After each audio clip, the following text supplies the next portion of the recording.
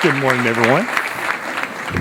I took a little bit longer getting ready to come out here because, they say there's miking me up, but honestly, just putting one of those dog collars on me so I don't walk off the stage, the little invisible fence thing right here. So you guys are, pretty safe. Real quick, I want everyone to just think back. Think back to the worst thing you've ever done in your life. Think. It's okay, I can't read your minds. Think. And think about how you feel when you have to repeat that one thing all the time, especially when you're trying to get a job, right? You have to get in front of someone and explain that situation. Think about that for a little bit. Round of applause. Who knows someone or know of someone who's either been in prison or on probation? Right? All right, so there are 2 million people in the United States. So you guys are not alone. There are 2 million people in the United States that are currently incarcerated. There are over 5 million people on probation right now, so that's a total of 7 million people. 95% of those current people that are incarcerated will be released within their projected lifetime.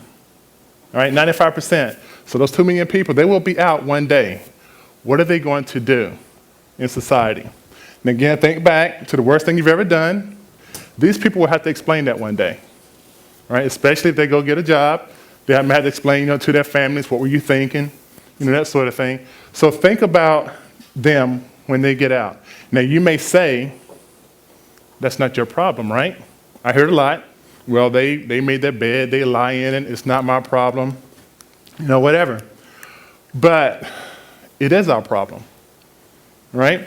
Statistics, 24/7. I'm not talking about the time of day. 24 represents the average age of someone when they first gets incarcerated. 7 represents the average number of years that they will spend in prison.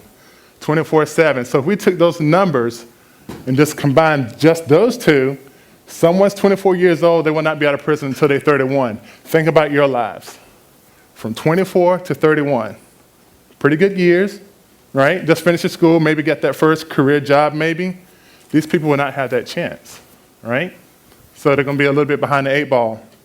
An average of 67% of the men and women that are incarcerated for the very first time will go back.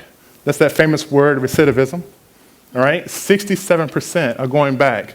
Now, I think about that, the prison system. My thought of the prison system was punishment, right?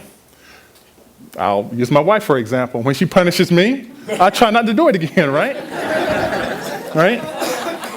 Just saying, a little personal, just saying. So 67%, they're going back. We know this, and that is acceptable. 67% that our system has pretty much failed us. We know this, going in. 37 or 34% of those will go back for a third time. So they still didn't learn, right? Why is that? Has anyone just really taken time to think, what is wrong with that picture, right? Because in order for them to go back to prison, they had to commit other crimes. And again, it may not be our problem, but who are they committing crimes against? Right? Us, right? So it may be our problem. 90% of those people, when they were first arrested, 90% were employed. 90%. The second time they were arrested, 30%. And being honest, right, who wants to, hire a felon, someone, out of jail? It's a real problem. It's a very real problem because they have this little box they have to check, all right? We've all probably got jobs, right? You go in, hey, have you ever been convicted of a felony? If so, explain. Remember your situation that you thought about, right? That's that one word, explain that. What happened? Now, there are some situations that I deal with that are pretty, I want to ask that question to some people, but I don't. Why did you kill everybody in your house? Right? It's on there, it's a true person. He killed everybody in his house, the 2 dogs, the cat, and all the plants. So I want to ask them, what happened? What did the plants do? I mean, really, what did the plants do? But I don't. But he has to explain that when he goes to get a job. So what are the chances that he will actually get a job? Right? Pretty much, slim to none. There are over 3 million type cases right here in the United States. There are over 3 million people who are out in that situation right now. Now, it may not be murder. It may be drunk driving. It may be, larceny, forgery. But those people are out. Those people are out and about, right now. So again, it may not be our problem, but we support them. We support them in prison. $24,000 a year to support a person in prison. Where does that money come from? Right? Taxes, right? We may support them, being out and about, being a victim of another crime. Or we can, choose to do something different. But again, think about your situations. The worst thing that you've ever done. Repeat that over and over. So, moving forward with that, what can we do? What can we do, right? The Department of Corrections. I'm going to read this quote. This was this week, right here in Raleigh, North Carolina, from one of our famous newspapers, right here. This is a quote straight from the Department of Correction. The Department of Correction spokesman Keith Acree said some of the released inmates may find themselves committing new crimes. There are certainly some people on that list that are going to find themselves committing new crimes. Certainly. He's pretty sure that's going to happen, right? What he was referring to, who is he referring to, are the 20 people that are due to get out next week. These people had 80-year sentences. They've done, some bad things or convicted of doing some bad things, killing people, killing state troopers. They're getting out next week. 80-year sentence. Just because of the structuring and the good time, these people are getting out. So now the state's kind of terrified about that, right? And they acknowledge they're coming back. If you take those 20 people at 67% coming back, that's about 12 new crimes, so violent crimes. These people are violent people, right? They're coming back. So when you think about the problem with that, did the system fail them? I thought going to prison was to prevent crimes from happening. But this spokesperson right here admits that. They're coming back. He is certain that they're going to be coming back.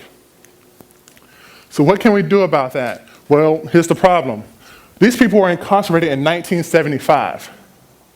This was the homestead, right? In most homes, right? The rotary phone. How many people had to use that? You're going to age yourself a little bit, right? Right? So we're going back to look. That's what these people know. These people have never used a cellular phone. Apple and BlackBerry, they were only fruits to these people. They don't know, right? No, seriously. They don't know. They don't know what they're getting into once they get out. They clearly do not understand, what they're going to be dealing with. 37 years ago, Ford was president, right? Gas was about, 36 cents a gallon, something like that, right? Who knows what this is? Yeah, you got to think about it, right? This was the norm in cars, for those of you who don't know, sorry. This is a dimmer switch. This is how you used to dim your headlights back in the day, right? You're probably going along the highway right now, your left foot's not doing anything, falling asleep. It did have a job before it got laid off. It actually used to dim the lights, right? So it did actually have to do that. That's what these people know. That is what these people understand. They don't know to, grab the little turn signal to dim their lights. They may have tried to stick their foot up there and do it, just out of habit. But that's what they know. What are they going to do, people? What kind of work are they going to do? That is a serious problem. They have been locked up 37 years. So that is a problem. So what can we do about that? Right? What can we do about it? One option is inmates to entrepreneurs. I get asked this question a lot. What does inmates to entrepreneurs do? Well, we teach inmates to become entrepreneurs. It's pretty easy. We teach inmates to start their own business, right? A low capital startup business. That's what we do now. Again, think back to those problems, to those situations that I had you guys think about earlier, right? The worst thing you ever done in your life. These people are going out next week. These people can go out, fill out an application. Oh, I was incarcerated for the last 37 years. Realistically, what are the chances of them getting a job? Right? Yeah, it's pretty tough. So that's where we come in. Okay, we understand. Okay, you may not have a fair shot at it. So what we don't want is for them to turn around and commit more crimes against us. We want to give them that out. We want to let them know that, hey, we are there for you. We teach them to start low capital startup businesses. Now, we're not trying to start a TEDx or anything, not yet, but we can start, lawn care business, painting company, something service-based, something if they were to walk out this door today, right now, they can go out here, and start working to get some money, some instant money. As soon as they finish the job, they're getting paid for it. Low capital startup. Now, can these people actually run a business? That's the question. Starting a business is not hard. Staying in business is the key, right? Can they actually do it? Well, let's talk about the CEO of Main Street Pharmacy. The drug dealer, Let's talk about him a little bit, right? So, a little slow. Come on, I got 15 minutes. Okay, so we have this person, right? Think about the similarities of, say, Jim was here, Red Hat, the CEO's of Red Hat, and actually this person out here on the street corner. They have a product, right? Granted, it's illegal, but they have a product. They have customers. They have a price for that product. They sell that product at a profit, right? Very similar to a regular CEO. Granted, I would not recommend them running commercials, and maybe not, but they do have something to their advantage. The very best form of advertising, which is what? Word of mouth, right? They get their product out there, they push the product, they get the product, they got suppliers. Great. They may have employees, they may have runners. It's the same thing in essence, right? The same thing. What we try to do is, of course, have them do legal-based, businesses. All right, our successes from doing that. This year, 14 businesses up and running. Those 14 businesses have hired a combined 28 employees. All those businesses are pretty much right here in North Carolina. 75% employment rate within 90 days of release. What we teach is business acumen. We teach them from start to finish how to run the business. Do you have a business plan? No. We will teach you that. Do you know P&Ls? No. Do you know what profit means? No. We will teach that. Granted, some of them come in different levels. We will teach from beginning to end exactly what to do and how to maintain their business. This is absolutely free to them. Free. Granted, they don't have any money, right? So why even charge them?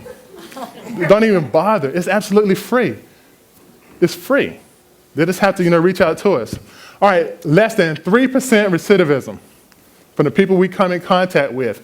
If they don't maintain their business, at least we taught them how to better manage themselves, how to be a better employee, how to be a better manager, a better supervisor for somebody else. They understand the numbers. They understand, pretty much, what it takes. And right now, more than $200,000 in taxes have been paid back to the state of North Carolina and, to the federal government. Speaking of which, we all know about, the economy. 27 million small businesses are in the United States. We've all heard the middle class, right? We're the backbone of the United States. This is what we're talking about. This is the middle class. We're talking about building a small business, paying taxes, getting that money back out there. There's over 14 million people either unemployed or underemployed with a criminal record. Right, so it's quite a bit. But our true successes are right here. Our current people that we work with. David, he's got 2 employees. Right, he's got a lawn care business. Every day he gets up, he works. He either cuts grass, trims leaves, clean gutters. He does it all. He's growing. Craig's paid out $50,000 in the last 3 years in back child support. It's pretty tough to do. And he got awarded his kids, which is even tougher. For those of you who don't know, once a court takes your children, it is very, very hard to get them back. And remember that little situation we talked about earlier, right? That you guys thought about. You had to explain that to the judge. But he got them back.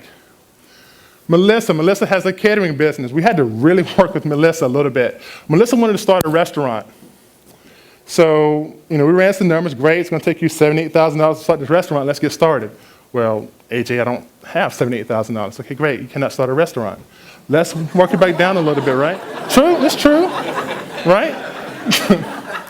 Being realistic, right? But we did not shoot down her dream. Okay, you want a restaurant? Great. Put that over here. Let's bring it down a little bit. Let's, a little bit of reality. Let's start out by catering. She catered the Super Bowl party back in January and made $13,000 in a day, right? So I asked her, how much of that's profit? She looked at me like I was speaking Swahili or something. She said, I don't know. So she didn't understand profit, so I knew where I had to be. So I had to teach her that. Now, she just closed her deal last week on her very first piece of property. That restaurant will become reality for her, right? So, we didn't kill that dream. we just taught her how to get there. And then there's me. I am a former inmate. I know what it's like to not, to have a job and to be kicked down. So I started my own business. I'm on both sides of the fence. And honestly, living above, average means. Have kids, nice house, and married to the hottest woman on the planet. I have to say that. Look, hold up. I have to say that because I told her when I was leaving home this morning I was going to get some suntan lotion. She doesn't know where I am. So just in case, we've got company, so just in case she sees this, there you go. All right? But really, it's not about men's successes or anything like that. I say that so the men and women who may come to us, they know without a shadow of a doubt that I understand, that we as inmates and entrepreneurs understand what they're going through. We know what it's like to be hungry. We know what it's like to not to have a roof over your head. We know what it's like when people keep slamming doors in your face every single day. But we all have burdens. We all do. You guys think back to those situations, right? It's how you deal with those burdens, right? It's how you carry those burdens. It's not the burdens themselves that get you down. It's how you carry those burdens. That's what we try to teach them. Things are going to happen. That's life. It's what you do in between that. It's what this is right here. Inmates to entrepreneurs. We are just people helping people. Thank you.